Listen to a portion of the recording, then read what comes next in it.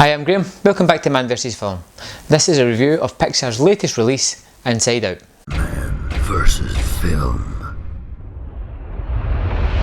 Inside Out is a story about a girl called Riley who's 11, on the cusp of 12, who gets moved from a Midwest town and all the way to San Francisco where she knows nobody. And that's a sort of broad sense of the story, but the real story is inside of Riley. It is the 5 emotions, characters, the sort of driver that make her who she is.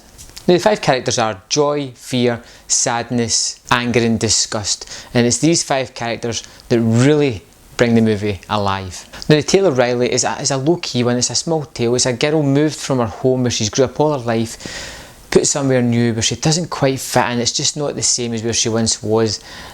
The stress of moving has upset her family dynamic and she's not getting what she needs to really feel grounded in the situations. Inside Riley's head, there's another plot going on where sadness is disrupting the harmony within Riley, and joy is trying to stop that from happening. It's trying to keep sadness out of the way so that everything is bright, bushy-tailed, birds in the sky singing, a literal joy of a life.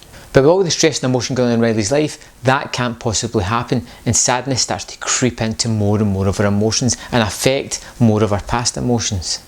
And during one of these conflicts, joy and sadness are ejected from the head office, the brain, where they control Riley and how she feels at any moment, and spat out to the other side of the brain, have to make their way back into the headquarters before Riley's personality is destroyed. Now, from a simple tale like that comes something that's so wonderful. I was truly unexpected and didn't realise what I was getting into. I'm not a great Pixar fan. It's something that I don't really go out my way to see. I've seen the Toy Story movies, quite like them. I really like Finding Nemo.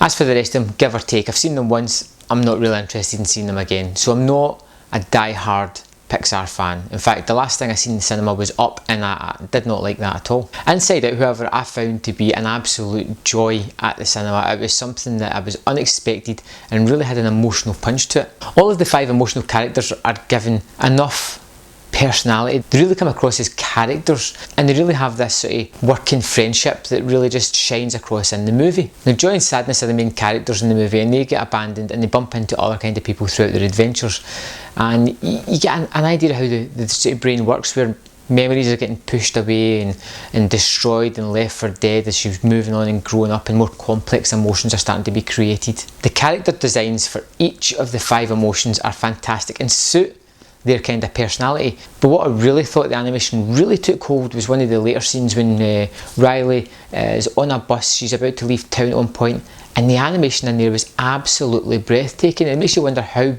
much better it's going to get.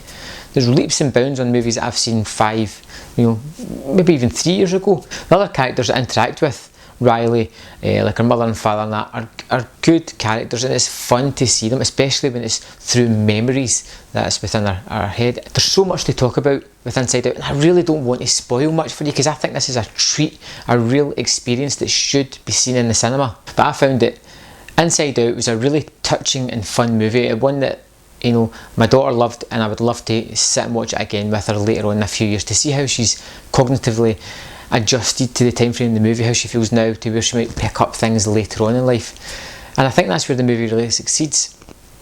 As a tale for kids, it is a great journey, and it's something that you can look at, and it's an entertaining watch. But as an adult, it pulls a little bit more on your heartstrings because it leads you to memories that you may have once had, or things that were there in your lifetime at some point, but you've now lost by growing up and leaving them behind.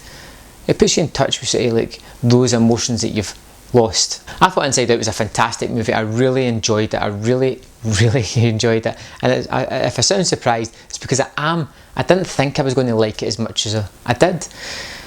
Basically only went to see it because it fitted in the time where I was going to the cinema. But it's one of those happy accidents. I thought Inside Out was fantastic.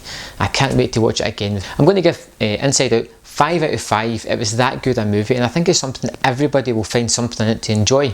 I hope you enjoyed Inside Out as much as I did, and I will see you next time on Man vs Film. Man vs Film.